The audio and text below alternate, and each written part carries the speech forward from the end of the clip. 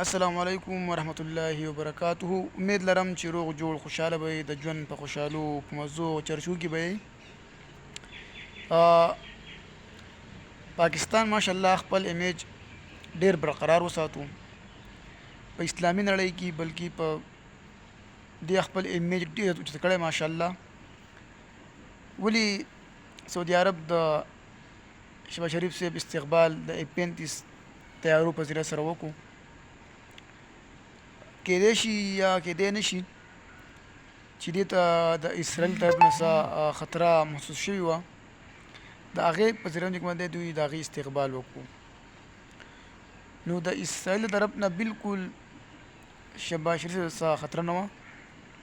پک دومره غیرت نشته چې په داسې یو د اټمي ملک په شباز شریف باندې کومه هغوی څه دا ټیک سکوچ هم وکړي. هغه د پته چې خرمیشکه یم بیا هم نه پرېږدي، سرمن نه بله باندې اړوي په ولاړ یې رانه وباسي، غربه یم.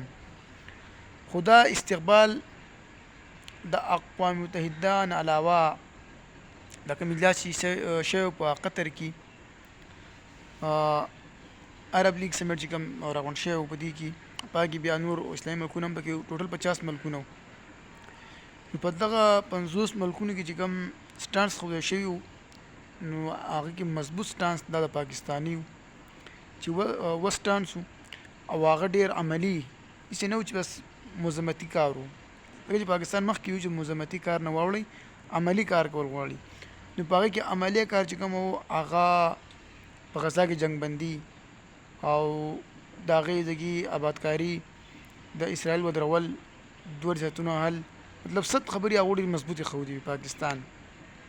داسې نور ملکونه هم وو خو د پاکستان شان مضبوطې خبرې چا نه وې ښودې. هغو به دا خبره د سعودي عرب والا خو چې یاره عرب نیټ وجوړول غواړي. پاکستان وایي نه، اسلامي نیټو پکار ده، اسلامي نیټو پکار ده. 50 ملکونه د بلا شخصي کېږي، دفاعي مضبوطي هر څه مضبوطېږي. نو پاکستان چې دا کوم استقبال په سعودي عرب کې وشو کېږي نو ماشاءالله دې ځان په اسلامي ملکونو کې ځای کړی دی، ځکه چې دې دشمن له داسې غذا ورکړی که نه انډیا له چې مودي اوس په خوب کې هم یېرېږي چې مودي یېرېږي که نه نو پرتګ یې زیړ کړی.